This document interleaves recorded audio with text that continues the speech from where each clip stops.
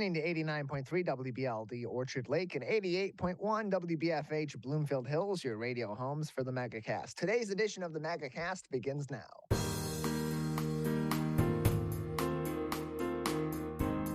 Welcome to the Megacast, our live, local, 5 days per week TV, radio, and streaming show looking into all things Michigan. I'm Tyler Kieft.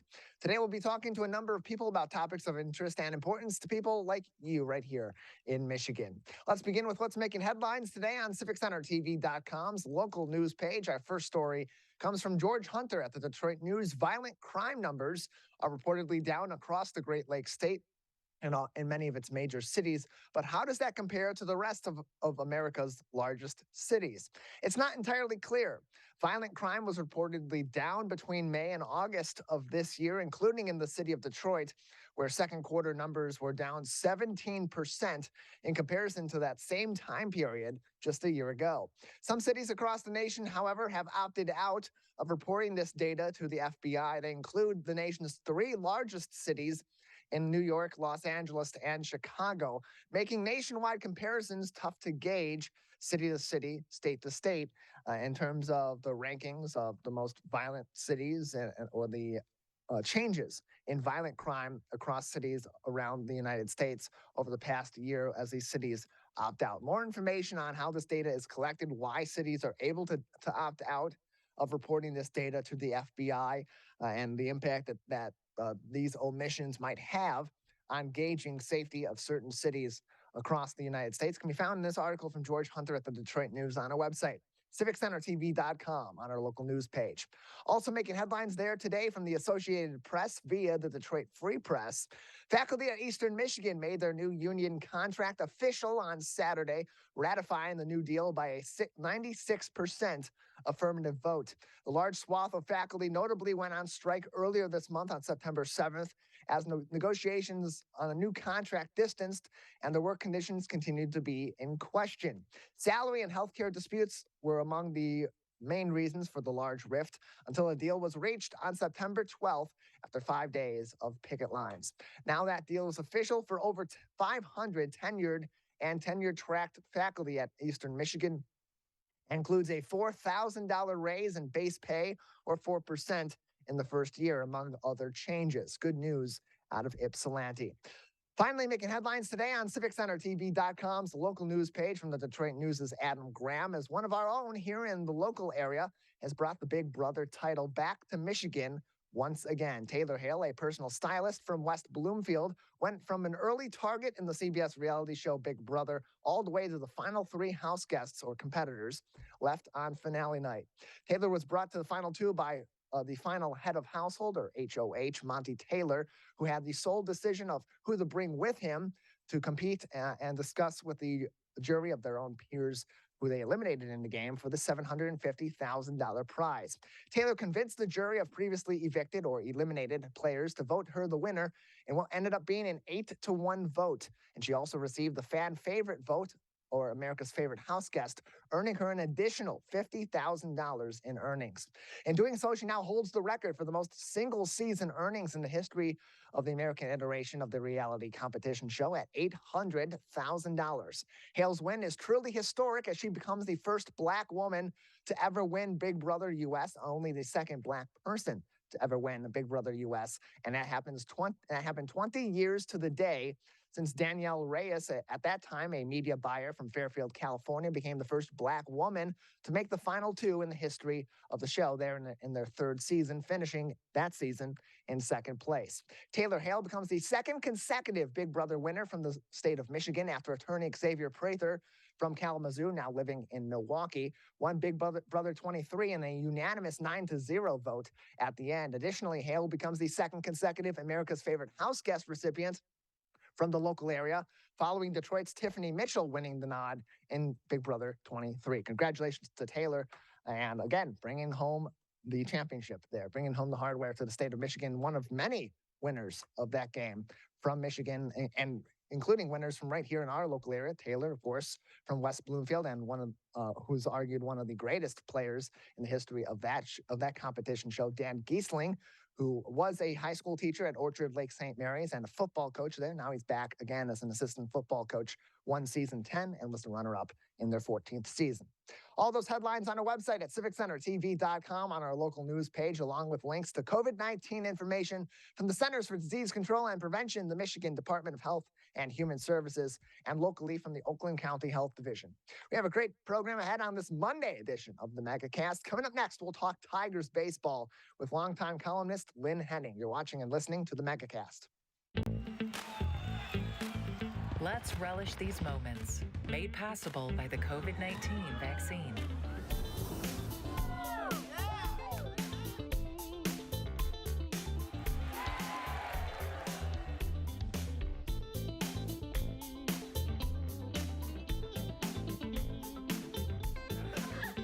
Keep the festivals going by keeping yourself protected and your COVID-19 vaccines up to date. Can I ask you a question? Why do you want to get the COVID-19 vaccine? I don't like getting sick. The virus will die.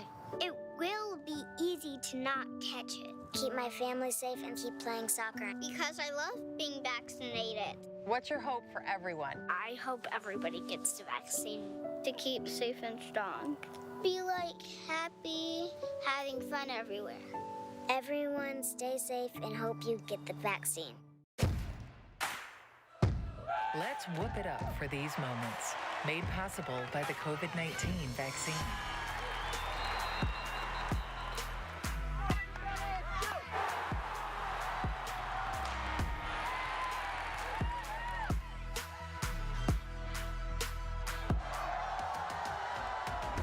Keep the cheering going by keeping yourself protected and your COVID-19 vaccines up to date. Fire Prevention Week is just around the corner. Join volunteer, part-time, and on-call firefighters at this year's Fire Open House. Catch up on your fire safety knowledge with live demonstrations and hands-on activities. Chat with local businesses and resources about fire prevention, see some familiar faces, fight future fires, and make some new friends. The West Bloomfield Fire Open House, October 2nd from noon to 3 p.m. at Fire Station 1 on Orchard Lake Road.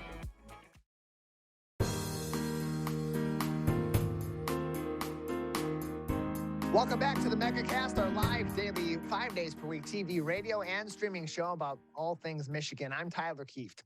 Learn more about the program by visiting civiccentertv.com/megacast, where you'll find more information on all of our partnering stations across the Great Lakes State, including My Michigan TV.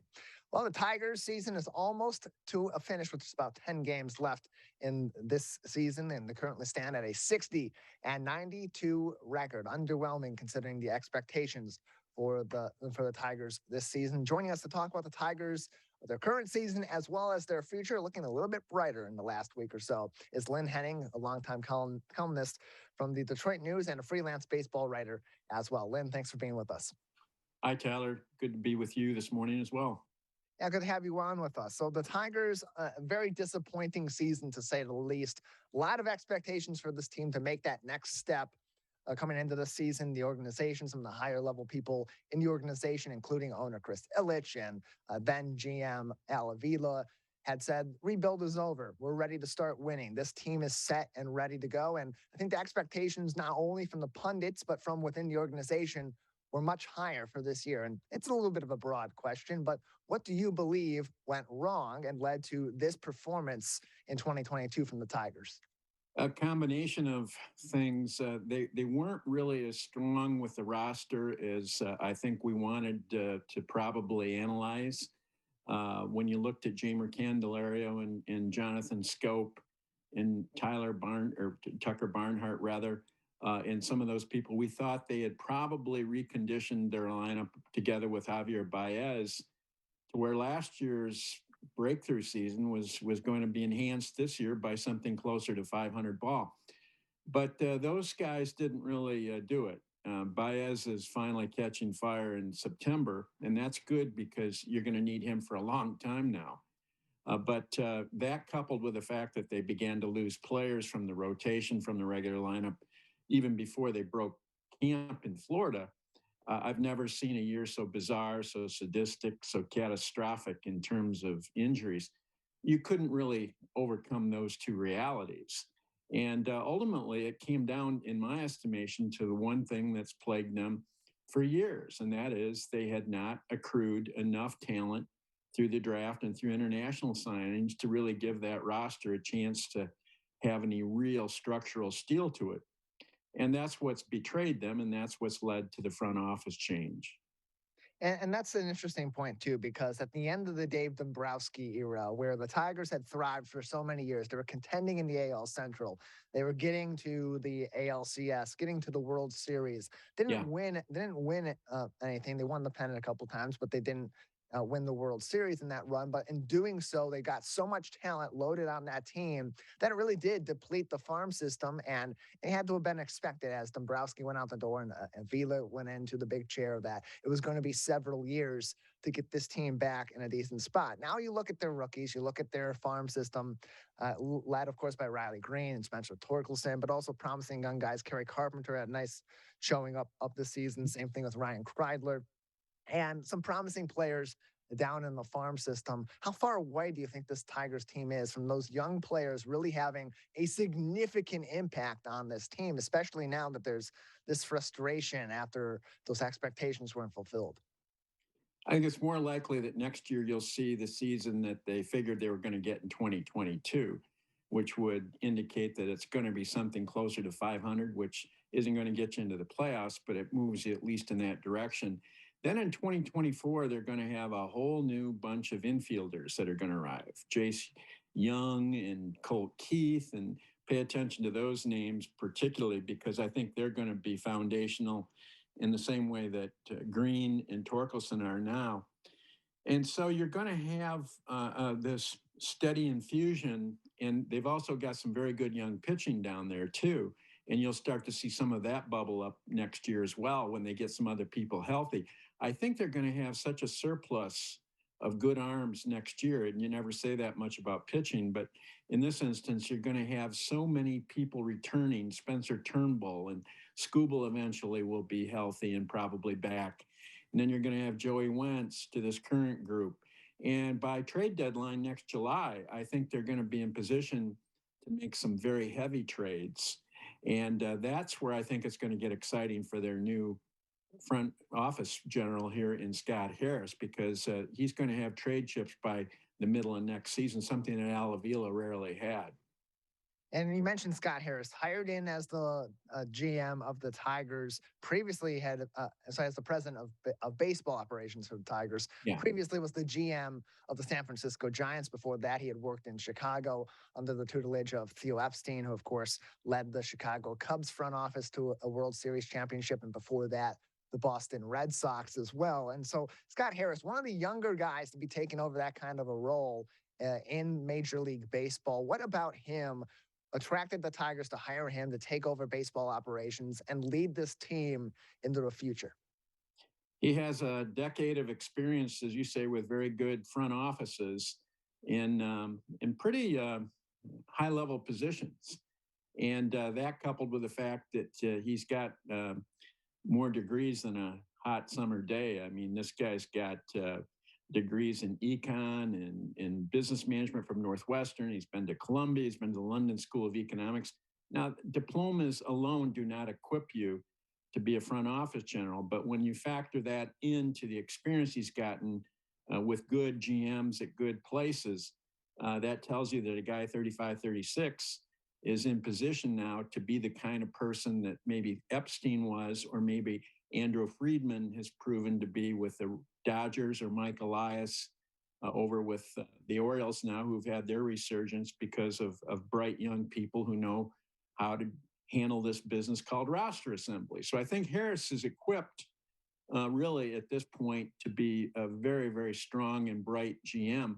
And that's really what I thought the Tigers, I was going to say Lions, they kind of went that route already with Brad Holmes. But I always thought the Tigers needed to establish their own Theo Epstein, their own Andrew Friedman. Don't just go and try to poach someone else's person.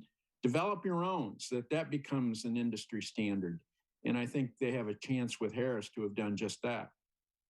We're joined by Lynn Henning. He's a Detroit Tigers freelance, Detroit Tigers beat writer. He was for. Well, actually, I can clarify.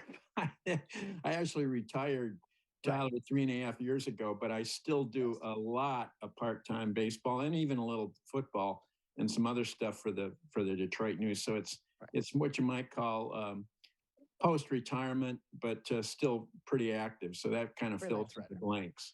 Yes, we're joined by Lynn Henning on today's edition of the Megacast. The Tigers again, 60-92 on the season as it stands. And you mentioned earlier, Lynn, the veterans on this team, there's some key decisions to make. Miguel Cabrera has already said he plans on coming back next season to play out the final year of his contract, doesn't intend to retire at the end of this season. But then you have other guys down the line, too, that have had somewhat of an impact on this team over the last couple of years, this year especially, maybe more of a detrimental impact. Guys like Jeimer Candelario and Jonathan Scope in particular. Where do you see their future, if any, with the Detroit Tigers?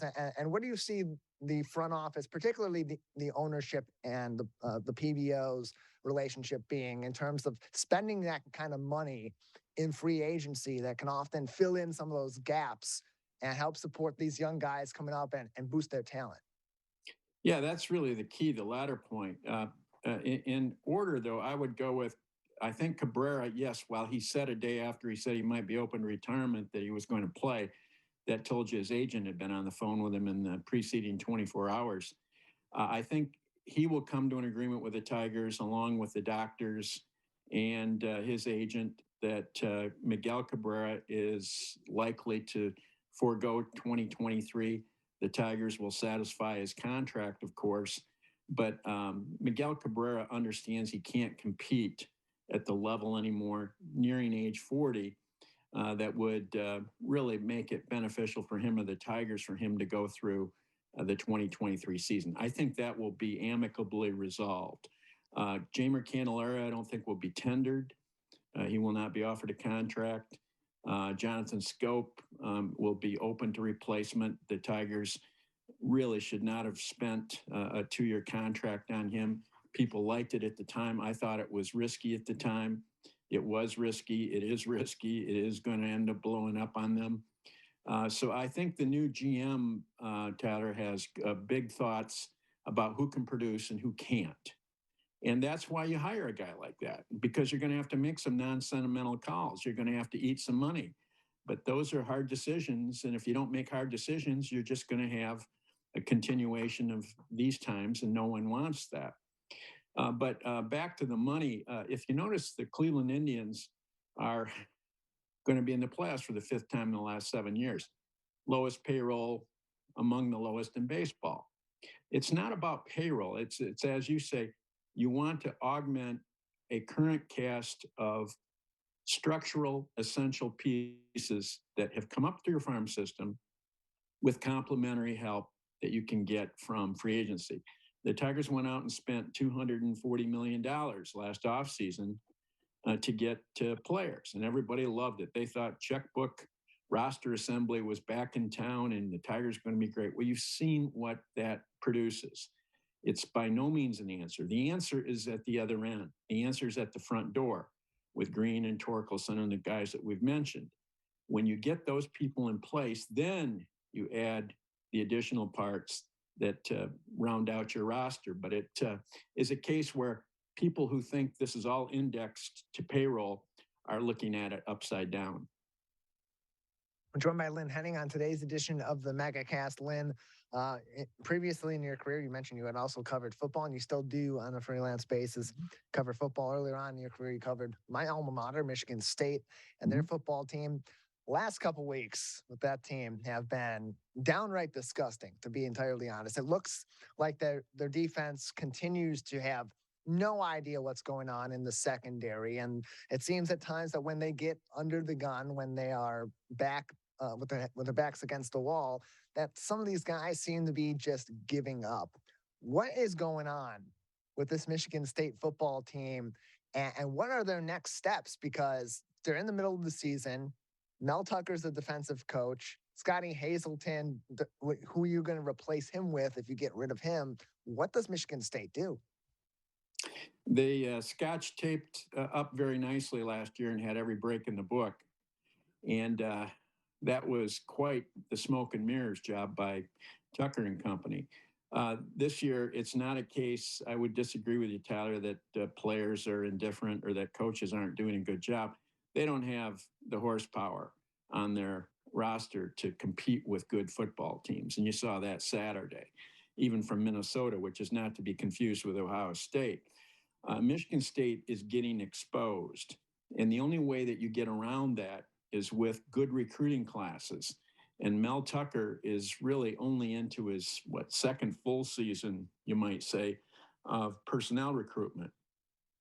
Next year's class is going to be very, very good as long as they hang on to these current pledges. And he will build even on that.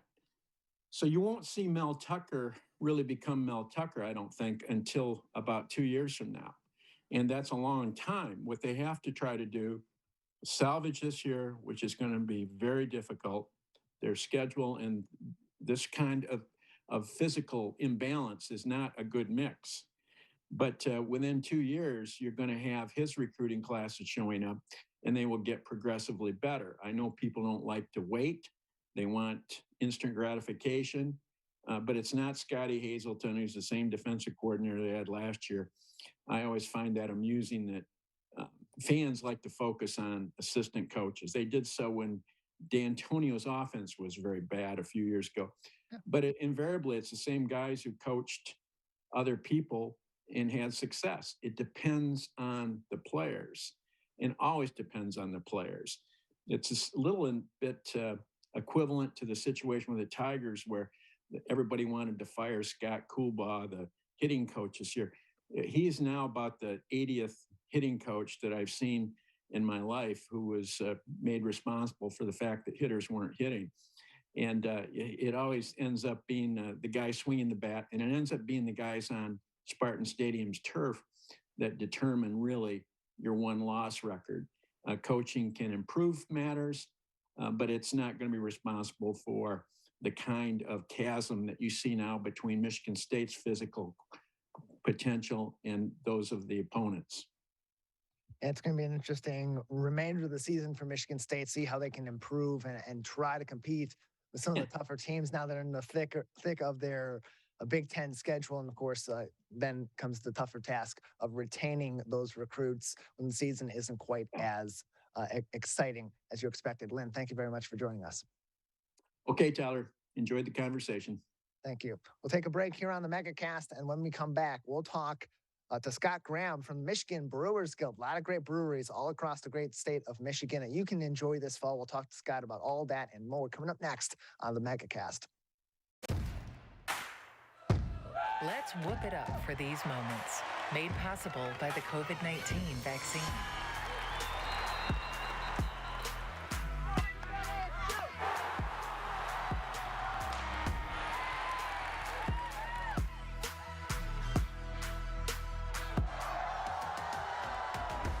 Keep the cheering going by keeping yourself protected and your COVID-19 vaccines up to date.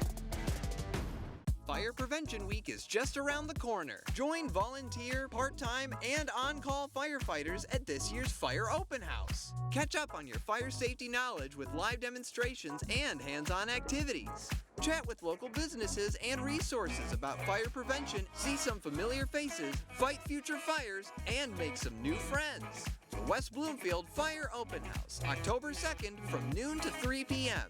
at Fire Station 1 on Orchard Lake Road. In the face of COVID-19, staying healthy is important. And now the same is true as we face the flu. Influenza has the potential to infect millions, putting lives and the healthcare system at risk. Fortunately, it's easy to protect yourself. The flu vaccine is safe and effective, and with COVID-19 still spreading, it's essential. To see how you can hit this virus head-on, visit michigan.gov/flu. Now that the vaccine is available for children 5 and up, why do you recommend it? Kids are part of the community and they can spread COVID. We're seeing both healthy children getting sick from the virus as well as children with underlying health conditions. They can easily bring the virus home to other people that are vulnerable and make them sick as well. This vaccine can change that and keep children safe. It's essential that your children get vaccinated to protect them, to protect your families, and to protect those in the community around you. Let's savor these moments. Made possible by the COVID-19 vaccine.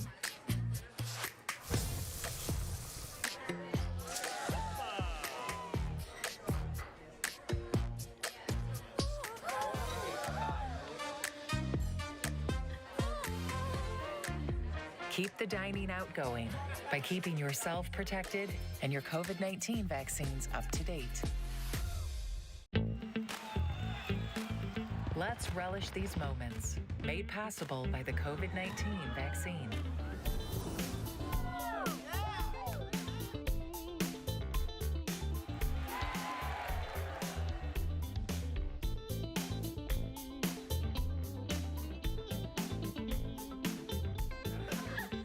Keep the festivals going by keeping yourself protected and your COVID-19 vaccines up to date.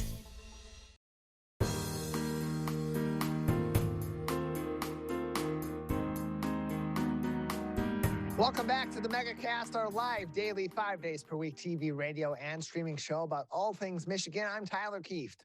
Learn more about our program on our website, civiccentertv.com/megacast, where you'll find more information on all of our partnering stations across the Great Lakes state, including My Michigan TV. Well, Michigan is known for a lot of things, but it's becoming more to be known as a great state for breweries all across every region of Michigan. Joining us to talk about that and more is the Executive Director of the Michigan Brewers Guild, Scott Graham, on today's edition of the Megacast. Scott, thanks for being with us today. Hi, Tyler. Nice to see you today, virtually. Yes, nice to see you as well. There's over 400 or just close to 400 breweries in the state of Michigan, and Michigan ranks 6th in the nation in terms of breweries, microbreweries, and brew pubs. What about the state of Michigan makes it such a great hub for brewing beer and being creative in doing so? Well, I think when you look at it all, it comes back to the beer community. And of course, there's no beer community without breweries. But all the people involved, there are no breweries if there aren't a bunch of people drinking beer, right? You can make the beer, but we can't drink it all ourselves. So the greater community that's evolved, to me, is the greatest part of it. I know lots of people who have made friends in breweries and at beer festivals that have become, real special friendships. People have gotten engaged, met a future spouse and gotten engaged. But I would say early on, so the Michigan Brewers Guild is a nonprofit trade association, and our basic mission is to promote and protect the industry here. And when we all organized 25 years ago, we're celebrating our 25th anniversary this year. But when the Guild was organized, what everybody really had in common, the 50 or so breweries that were around then, was everybody wanted to sell more of their own beer.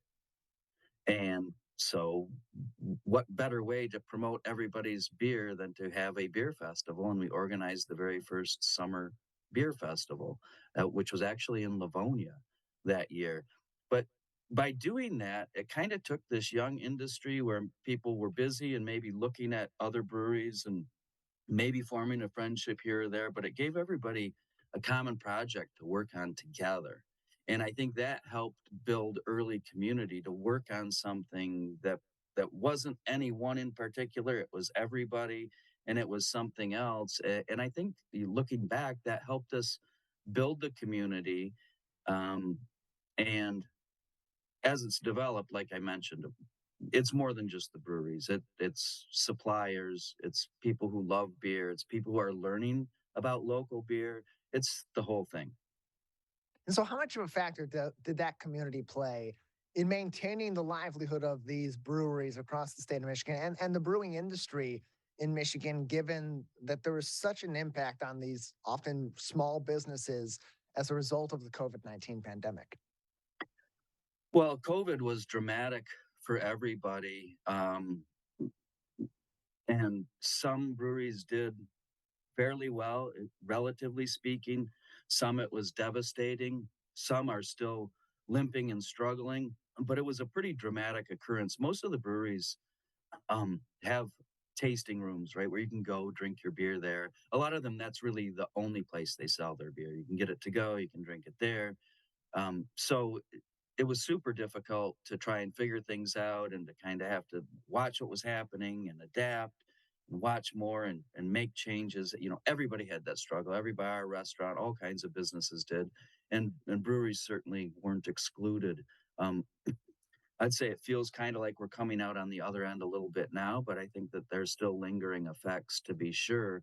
And of course, we're facing supply chain issues, increased costs, whether it's food or beer ingredients, pretty extreme difficulties in maintaining a full staff.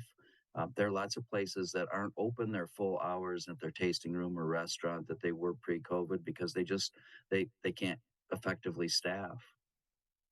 We're joined by Scott Graham. He's the executive director of the Michigan Brewers Guild, joining us on today's edition of the Megacast. You can learn more information by visiting mibeer.com, mibeer.com, for more information to find breweries in your local area or areas that you're visiting in the state of Michigan, as well as beer-related events and festivals all across the Great Lakes state. Michigan Beer, that's mibeer.com. for more information. In terms of the effect of that the pandemic had on these businesses, on these breweries, you mentioned that they're starting to come out the other side of it now, but would you call that them making a comeback from some of those losses as much as is possible? Or is it more just they're finally maybe not so much stumbling and trying to get their footing given that crisis and are finally able to be back on their 2 feet and operate? It's a difficult question to answer because I think everybody kind of got used to having to figure things out and reevaluate and figure things out. And, there's really no one situation that fit everybody. It's quite a bunch of diverse individual situations. So I feel like there's still a lot of lingering uncertainty. But, one thing about small business people, they're optimistic and they're determined to make it through and do whatever it takes. And we have a lot of creativity in our industry. And I think we've seen that creative muscle continue to be flexed. We're joined by Scott Graham, the executive director of the Michigan Brewers Guild, on today's edition of the Megacast. Some big news earlier on this year in terms of Michigan breweries was when Larry Bell, the owner of Bell's Brewery, had sold the Michigan brewery to a company called Lion, which owns New Belgium Brewing. What does that mean for the future of the brand of Bell's and its market here in the state of Michigan, being that it was such a local favorite for Michiganders across the board? Well, I would defer you to somebody at Bell's for real details on what they think. But from my perspective, it doesn't change that much. I think those Bell's brands that are so loved are still great beers made locally. They're still the same people making that beer. And no doubt the new parent company didn't buy the brewery to make major dramatic changes. I'm sure they bought it because they thought it was a great business. And I know quite a number of people that work there, and they're still there. And I think it's still a great business, although it can be a little sad to see businesses change hands. And I think it's something that's special about the beer industry, because if you think about other products, excuse me, maybe toothpaste or potato chips or even soft drinks, when there's consolidation or purchases, most people don't even notice. But your local beer is something that people are informed about, they feel attached to, and they have an emotional reaction to it, right? It's like, I feel like I have some ownership in that brand, and it bothers me. So it's really a special part of the beer industry to have that kind of connection with consumers, and for consumers to have that kind of passion and feel like these brands are so much a part of their lives and the fabric and culture of what they do on a day-to-day basis. It really is a special thing. mibeer.com to learn more information about breweries across the state of Michigan, including in your local area. That is mibeer.com for more info from the Michigan Brewers Guild. As we're joined by Scott Graham, their executive director, on today's edition of the Megacast. Big event coming up this fall in Detroit, Saturday, October 22nd, 1 to 6 p.m. It's the Detroit Fall Beer Festival. Tell us about this event and what people can learn and experience with beer in the Detroit area in October. So we now have a roster of 5 festivals throughout the year. Excuse me, I got a little tickle in my throat. So the 5 festivals, our oldest and longest standing is our Summer Beer Festival. That was the first one we ever did, and we celebrated our 23rd festival this past summer. Of course, we had 2 years off. It would have been 25th. Things get confusing now. Is it the 23rd annual, 25th annual? Anyway, we have 2 in the fall, and one is in Marquette in September. And then we have the Detroit Fall Beer Festival, which takes place at the Eastern Market. And that's coming up on the 22nd of October. And like all of our festivals, it's about tasting beer. So we pour small samples. We have hundreds of beers. We have just over 100 breweries will be there. They're all local Michigan breweries. And these festivals, again, we were talking about community a little while ago. It's a great place to be around people. People are friendly. They're happy. They're tasting beer. They're sharing their thoughts about their beers with their friends. And it's a very welcoming and friendly environment. And it's a lot of fun for somebody who has spent years drinking local beer, because different breweries will bring special beers to the festival. There will be breweries there from maybe a region or area that you don't get to, or maybe a new brewery that you haven't been to yet. But it's also a heck of a lot of fun for somebody who's just kind of learning about local beer and might not understand all the different flavors of beer. And even if you think you don't like beer, there are so many different flavors, from bitter to sweet to sour, hoppy, and things that you might not expect, unusual ingredients in beer. It's really a great place to be around people, watch people, taste beer, and just have a nice Saturday afternoon. Tickets are $55 per person in advance, plus some service fees, and $65 on the day of or at the gate as they are available. Again, Saturday, October 22nd at Eastern Market, the Michigan Brewers Guild Detroit Fall Beer Festival is happening. More information can be found on mibeer.com. mibeer.com. Scott, before we let you go, anything else we should know about things happening within the Michigan Brewers Guild? Yeah, I've got something that I definitely want to talk about, and that's our 25th anniversary celebration. So this is our 25th year as a trade association, which feels like quite a milestone for us. There are certainly organizations that have been around a lot longer than that. But one of the things that we did to commemorate it was we put together a documentary that's compiled from quite a large number of interviews with people from within the industry. And we're encouraging our brewery members to host viewing parties of the documentary. It's really fun to watch. It's engaging and interesting. And like I said, it's snippets of the story is told through interviews with lots of different people. And the other thing that we did with these interviews, because there was such rich material, we started Michigan's Great Beer State podcast to share them in longer format form. They're great stories. They're fun to listen to. And even if you know the story of a brewery, every time I listen to one of them, I find things that I didn't know. So it's really a special and rich resource for those who are interested. More information can be found, including viewing parties in your local area, at mibeer.com. Scott, thanks for joining us. Thank you. Cheers. Cheers to you as well. We'll take a break on the Megacast. When we come back, we'll talk about how hospice care has changed as a result of the COVID-19 pandemic, and what it is all about, and what the focus really is in some of our local hospice care facilities all throughout the state of Michigan. That's coming up next. You're watching and listening to the Megacast. Fire Prevention Week is just around the corner. Join volunteer, part-time, and on-call firefighters at this year's Fire Open House. Catch up on your fire safety knowledge with live demonstrations and hands-on activities. Chat with local businesses and resources about fire prevention, see some familiar faces, fight future fires, and make some new friends. The West Bloomfield Fire Open House, October 2nd from noon to 3 p.m. at Fire Station 1 on Orchard Lake Road. In the face of COVID-19, Staying healthy is important. And now the same is true as we face the flu. Influenza has the potential to infect millions, putting lives and the healthcare system at risk. Fortunately, it's easy to protect yourself. The flu vaccine is safe and effective, and with COVID-19 still spreading, it's essential. To see how you can hit this virus head-on, visit michigan.gov/flu. Now that the vaccine is available for children 5 and up, why do you recommend it? Kids are part of the community and they can spread COVID.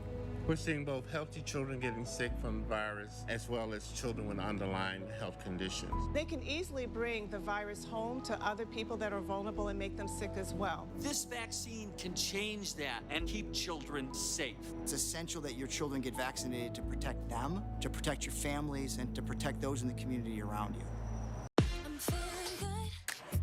Let's savor these moments, made possible by the COVID-19 vaccine.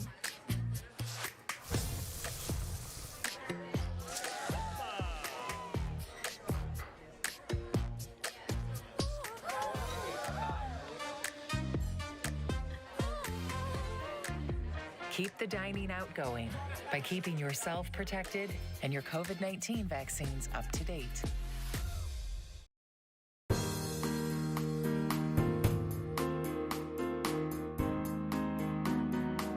Welcome back to the Megacast, our live local 5 days per week TV, radio, and streaming show about all things Michigan. I'm Tyler Kieft.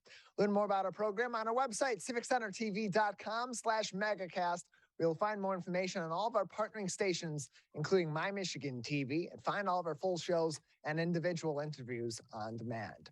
Joining us now on the Megacast is Chris Warburton, the founder of Lilly Hospice in Troy. Chris, thanks for joining us today. Thanks for having me, Tyler. Appreciate having you on. So everyone seems to know about hospice care just on the blanket scale. They know of it. They know kind of what it's about, but there's some common misconceptions to what hospice care really is. Tell us about that and what hospice care is, when people should seek hospice care, and what it does for patients that are near the end of their life. Yeah, Tyler, thank you. So hospice care is for anyone that has a prognosis of 6 months or less. It's a very simple benefit. There's zero cost to the families, and it's not the end or a final decision. One of the common myths is that with hospice, you sign on for hospice services and you're stuck. It's completely untrue. You can sign on, sign off, be on it for months and months, some cases years. It's really up to you. Another misconception is it's the end or you're giving up, but statistically speaking, people in hospice live for about a month longer than people that don't. Hospice care encompasses a whole range of things, both pain management, but also emotional support, spiritual support, support for the family, as well as the patient. Frankly, the biggest complaint we hear about hospice care is I wish I'd done it sooner.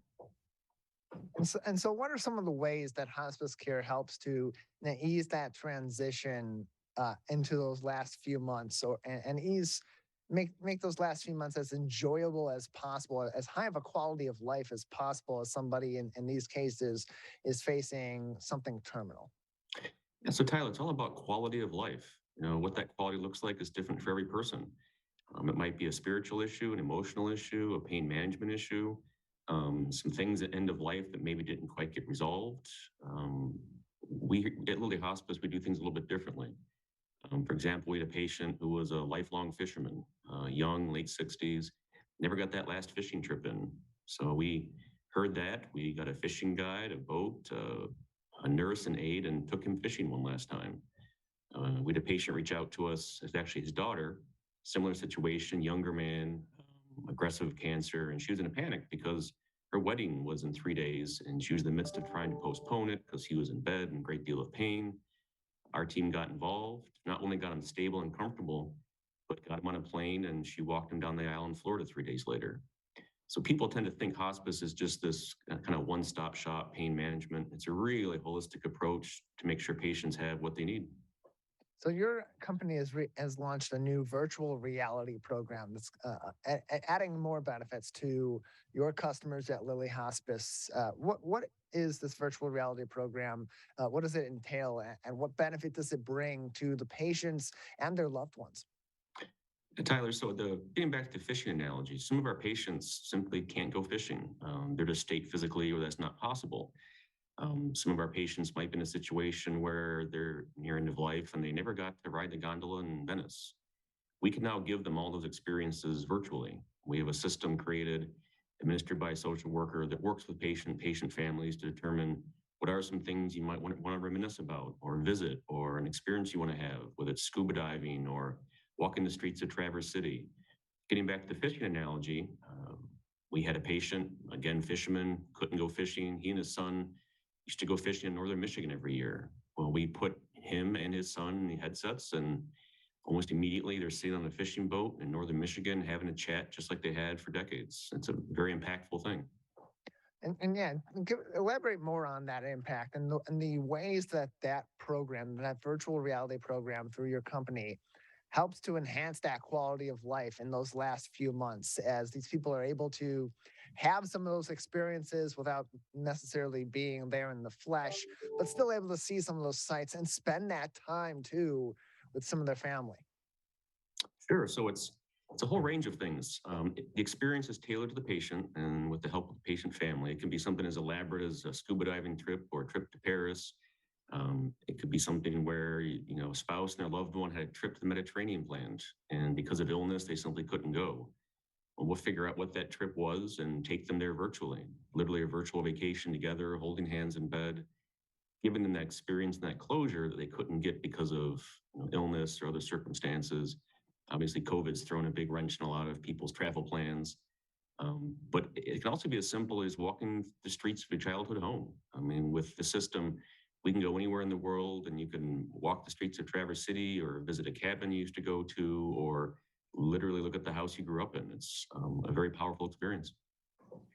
And we're joined by Chris Warburton from Lilly Hospice, located in Troy. He's the founder of Lilly Hospice. On today's edition of the Megacast, you can find more information, get in contact with Lilly Hospice at lillyhospice.com or call 248-955-5100, 248-955-5100 for more information. And you mentioned that this is something that people often consider hospice care in the last 6 months or so of their life, or when their prognosis is for about 6 months remaining to live. But for each individual, as they go into hospice care, how does your team work with them and work with their families to determine the extent of what that care is and what that will entail? Because it's going to be different for each person in each different situation, depending on what their ailments may be and how they want to spend those last few months of their life. Yeah, it's a great question. So every patient's different, every family's different. One of the misconceptions is that hospice is a place. That's not true. Hospice comes to you. It can be in your home, it could be in a senior living facility, it can be absolutely anywhere that you call home and you want to stay. A nurse comes out, does a full assessment, works with the families, determines what people's desires are, what their needs are, what their medical requirements are, and our team jumps into action. It can be ranging from nursing visits, spiritual care visits, coordination of care from a bereavement standpoint. Once the patient's passed, we actually work with the family for 13 months afterwards to support them with bereavement. So it's a real full spectrum of care, very tailored to the individual patients, but it's also focused on the patient family and their community. We're joined by Chris Warburton, founder of Lilly Hospice Care in Troy, on today's edition of the Megacast. Again, you can get in contact with them at 248-955-5100, 248-955-5100, or by visiting lillyhospice.com, lillyhospice.com. And Chris, what are some of the other misconceptions about hospice care and what goes into it and the effects that it has on these patients that you'd like to dispel today? Because there's a lot of misconceptions out there. You mentioned some of them earlier on, and but for many people, that can draw them away from this care that often, like you said, can have such benefits to people and their quality of life in those last few months. Yeah, well, some of it is people think once you sign on to hospice, that's it, you're signed on. And that's not the case at all. It can be on one day, off the next. People often think you have to go somewhere for hospice, which is not the case. Hospice comes to you. People often think that it's a misconception that they can't keep their own doctor, that they have to relinquish their physician, which is completely untrue. The financial components are a big one. A lot of people don't understand that for virtually everyone, Medicare covers this benefit. It's something that you're entitled to as an American. You've paid into it. It's something you should benefit from. And again, people just think this kind of means the very end when it doesn't. What it means is you're electing quality of life and focus on quality of life. And that's it. Hospice is here for you. It's here for your family. And it can provide a whole range of services that everyone's really entitled to. And in your opinion, having worked in this industry, running your own hospice care and Lilly Hospice out of Troy, if somebody has gotten that diagnosis, they have a few more months to live within those 6 months, when should they be considering hospice care during that time, or when should they at all be considering going into hospice? It's good to have the dialogue early, so that way you have the option. Reach out to a hospice, speak to their team, meet with a nurse, discuss what the options are, speak to your physician, your family, your loved ones. But it's better to reach out sooner and have that knowledge. And then when it's right for you, it's right for you and you can elect the benefit. It's really individual based on the person, but knowledge is power. And learning about the benefit, talking to a hospice, understanding what the admission process is, what they can provide for you, what support they can provide for you. And just having that knowledge is a fantastic thing for families and loved ones. So when the time is right and that decision is made, hospice is there for you. We're joined by Chris Warburton from Lilly Hospice on today's edition of the Megacast. Again, you can find more information on their website, lillyhospice.com, lillyhospice.com, or call them for information on services and they answer your questions, 248-955-5100, 248-955-5100. Chris, another couple minutes with you before we'll say goodbye today. Anything else that we should know at this time about the services provided by Lilly Hospice or hospice care in general? I'll just get back to our Journey program. That's the program that involves virtual reality and experiences. We had an open house here at Lilly Hospice and had a whole range of professionals here. One of the individuals was a pharmacist who was from Syria. And I asked him, give me your home address when you were a kid. So, no, I haven't been there in 20 years. It's long gone. Well, we found it, put the headset on, and he was walking through the streets of the village he grew up in that he hasn't been able to return to in 20 years. It was so impactful. It brought tears to all of our eyes for him to see this, that he simply couldn't be there on his own. And that wasn't a patient, that wasn't an end-of-life situation, that was just someone experiencing their past, reminiscing.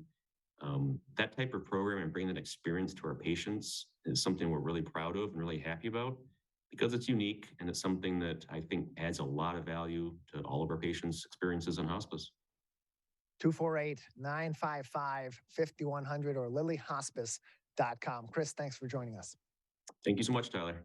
lillyhospice.com, one more time, is their website.